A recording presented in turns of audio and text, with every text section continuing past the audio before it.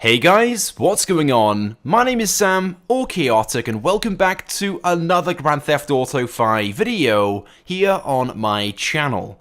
Now in today's video, I have something pretty interesting to share and discuss with you guys, as you can see from the title of this video, a zombie DLC. Now yes, this sounds pretty unrealistic, doesn't it? Well, what if I told you guys there was a time that Rockstar was working on a zombie DLC for GTA 5? Now admittedly this was a few years ago. In fact, the development for this possibly started well before the game was even released 4 or 5 years ago. But Rockstar was indeed working on a zombie DLC for GTA 5 with the plan to release it at some point in the future, along with other expansions such as a casino DLC, which we will be talking about a little later on. But back when GTA 5 was first released in 2013, Rockstar had the plan to release numerous expansions to the single player. In fact, they even made a few announcements regarding this in late 2013 and early 2014. And some of you guys, if you're older players, will undoubtedly remember this. But unfortunately, for a number of reasons, this never came to be, including the development and release of GTA 5 on the Xbox One and PlayStation 4 a year later in late 2014, then the release of GTA 5 on PC a few months later in early 2015, and then there was the release of the Heist update around this time as well, which could be considered their first major DLC to GTA Online. Now this update was massively successful. In fact, this sparked the start of GTA Online's ever-growing performance. So as a result, Rockstar made the decision to drop any and all developments of these story mode DLCs they were working on to focus with GTA Online in late 2015. Which for those who enjoyed the single player was obviously disappointing news, but ultimately Rockstar made the decision based upon what would better further their game and generate the most amount of income, which I, and I'm sure many of you guys, can fully understand. They are a business after all. And in fairness, some of the GTA Online updates we've had over the years have been pretty awesome. But just because the plans to release some single player DLC had been dropped, this doesn't mean they had been scrapped entirely. In fact, something which I'm sure many of you guys now know, the Doomsday Heist update was once going to be one of the single-player expansions that Rockstar was developing. Elements of this DLC, which we received last year in December, were found in the base game upon launch back in 2013. Things such as the supercomputer named Clifford, of course the jetpack, and one or two other things as well. So the Doomsday Heist update was initially intended to be an expansion to the single player, but was reworked and released into GTA Online instead.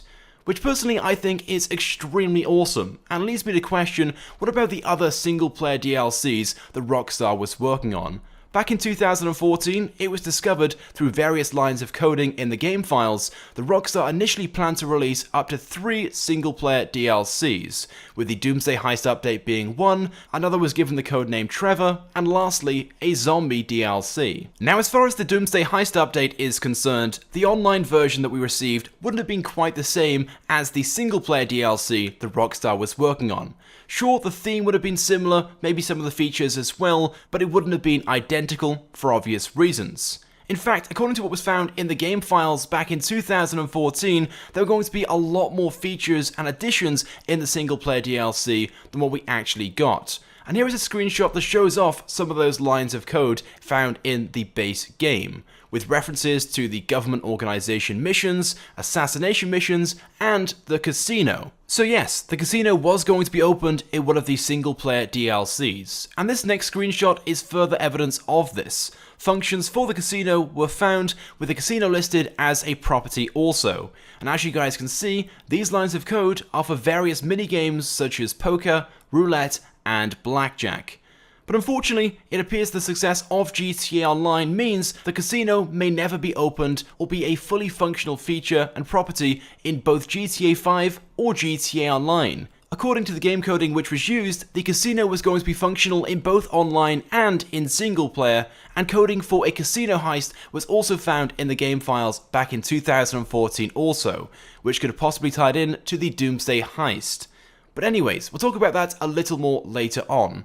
Let's move on to the zombie DLC. Now this is old news. Coding referencing this was discovered back in July 2014 by ChromeX Mods, and if you played GTA 5 back then, you may even remember this being talked about at the time. But many of you guys, I know for a fact, have only recently started playing GTA 5 in the last year or two, so many of you guys watching this video right now may not have even been aware that back in 2014, a zombie DLC or even single player DLCs were even going to be a thing. But basically in the game coding, several lines were found in the startup files, and upon loading the game, it would check if a DLC was present, and obviously if it was, it would load it. And here's a screenshot of how this looks, with the function at the top linked to the DLC codename Trevor, followed by an if search for SP zombies.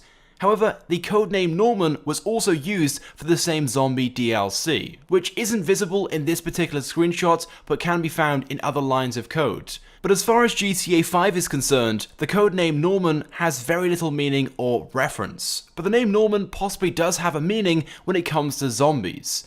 Now at first this may seem like a bit of a stretch, but some gaming companies often use pretty clever words for codenames to hide projects, but at the same time, these names are often relevant to the theme or topic.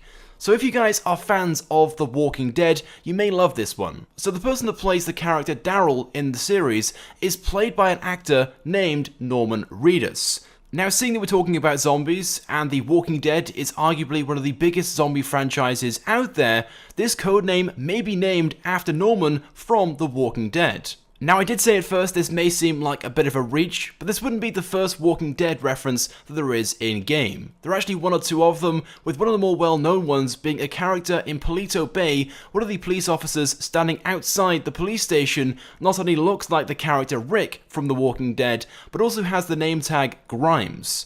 And this codename, of course, is being used alongside a zombie DLC, so it does seem pretty logical. Now this codename was brought to my attention again for the first time in almost 4 years by none other than TezFunds2 on the GTA forums, who responded to a post, "I wonder what the zombie DLC would have been like, what caused the outbreak, etc." And he said, "I think they wanted it to be like The Walking Dead. I was surprised when I found out the codename for the zombie one is Norman. I was too stupid to find other meanings for Norman other than Norman Reedus, aka one of the Walking Dead actors.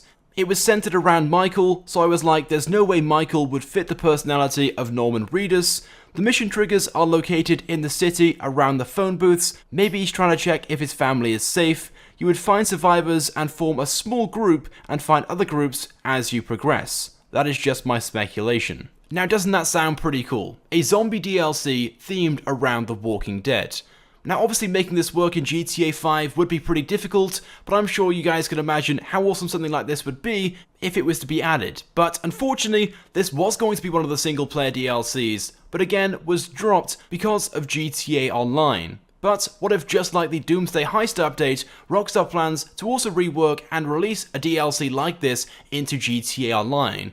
There are certainly plenty of routes Rockstar could go down. Just starting off with the vehicles, for example, there are plenty of awesome zombie-themed vehicles Rockstar could add. As I'm sure you guys know, Rockstar love their special vehicles inspired by movies. And when it comes to the missions as well, it wouldn't be too difficult to figure out these either. Maybe starting off with being on the verge of an outbreak and you have to try and stop it, or something along those lines.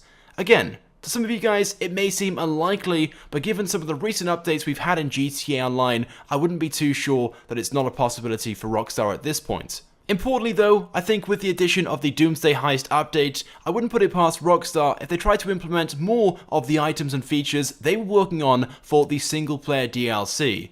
And who knows, maybe even the casino will finally make an appearance in GTA Online. After all, very recently, some information was leaked just last week that claims Rockstar are adding some gambling minigames into Red Dead Redemption 2 when it releases later this year. Minigames such as blackjack and poker. Certainly some pretty interesting information to consider, I guess, but with that being said, that is pretty much it then for this video.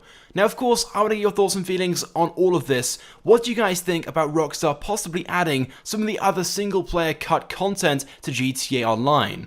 Would you guys like to see a zombie DLC in GTA Online or the casino, and how would these things work? So go ahead and leave a comment right now on this video. If you guys could also drop a like, it would of course also be greatly appreciated and it helps me out a lot. And if you don't follow me on my social medias already, make sure you do. There's a link in the description to my Instagram, my Twitter, my Facebook, and my Snapchat, so follow me on all of those. And if you haven't subscribed to my channel, make sure you do, because I upload all the latest and the greatest Grand Theft Auto 5 content. So as always guys, thank you very much for watching, and I will see you guys next time.